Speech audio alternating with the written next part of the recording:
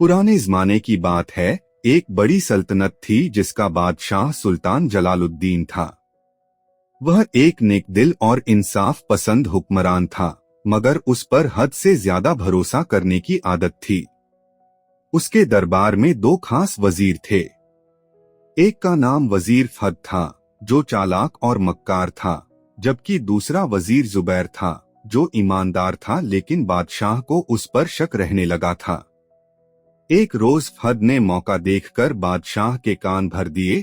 बादशाह सलामत, मुझे यकीन है कि वजीर जुबैर आपके खिलाफ बगावत करने वाला है। मैंने कुछ सिपाहियों को उससे चोरी छुपे बातें करते सुना है।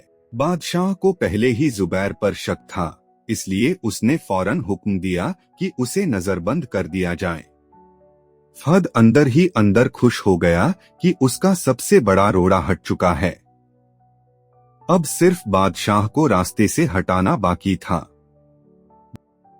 अगली रात फहद ने अपने खास सिपाहियों को इकट्ठा किया और कहा, कल महल में बड़ी दावत है और इसी दावत में बादशाह के खाने में जहर मिला दिया जाएगा। जैसे ही बादशाह मरेगा, मैं ऐलान कर दूंगा कि यह सब जुबैर की साजिश थी और फिर तख्त मेरा होगा। मगर फहद को नहीं मालूम था कि महल का एक नौकर जमाल यह सब सुन रहा था। वह दौड़कर वजीर जुबैर के पास पहुंचा और पूरी बात बता दी। जुबैर ने गहरी सांस ली और कहा, अगर मैं बादशाह से कहूंगा तो वह मेरी बात नहीं मानेगा। हमें कोई और तरीका निकालना होगा। जुबैर ने फौरन एक खत लिखा और उसे सल्तनत के सबसे बड़े आलिम शेख सुलेमान के पास भिजवा दिया। उसने उनसे इल्तिजा की कि वह दावत से पहले बादशाह से मिलें और इस साजिश का पर्दाफाश करें। अगले दिन दरबार में शानदार दावत का इंतजाम किया गया। जैसे ही बादशाह ने खाने की तरफ हाथ बढ़ाया, शेख सुलेमान दरबार में दाखिल हुए और बुलंद आवाज में बोले, बादशाह सलामत, अगर आप इजाजत दें तो मैं चाहता हूं कि इस खाने का पहला निवाला वजीर फहद खाए। बादशाह ने हैरानी से फहद की तरफ देखा। महल के सब लोग सन्नाटे में थे। फहद के चेहरे का रंग उड़ गया, मगर मजबूरी में उसने पहला निवाला उठाया और मुंह में डाल लिया। जैसे ही निवाला हलक से उतरा, उसका चेहरा नीला पड़ गया और वह जमीन पर गिर पड़ा। पूरी महफिल में सनसनी फैल गई।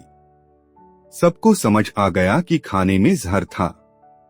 बादशाह सकते में था। उसने फौरन जुबैर को बुलाया और पूछा, यह सब क्या था? जुबैर ने कहा, बादशाह सलामत, मैं हमेशा आपका वफादार रहा हूँ, मगर फहद आपको मेरे खिलाफ भड़का रहा था ताकि तख्त पर कब्जा कर सके। जमाल ने उसकी साजिश सुन ली थी और हमने अक्लमंदी से उसे बेनकाब कर दिया। बादशाह को अपनी गलती का एहसास हुआ। उसने फौरन फहद के तमाम साथियों को गिरफ्तार करवा दिया और जुबैर को वजीर आजम मुकर्रर कर दिया।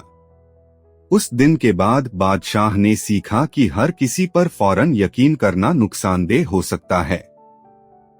सच्चाई और ईमानदारी का रास्ता मुश्किल जरूर होता है, मगर आखिर में जीत हमेशा सच की ही होती है।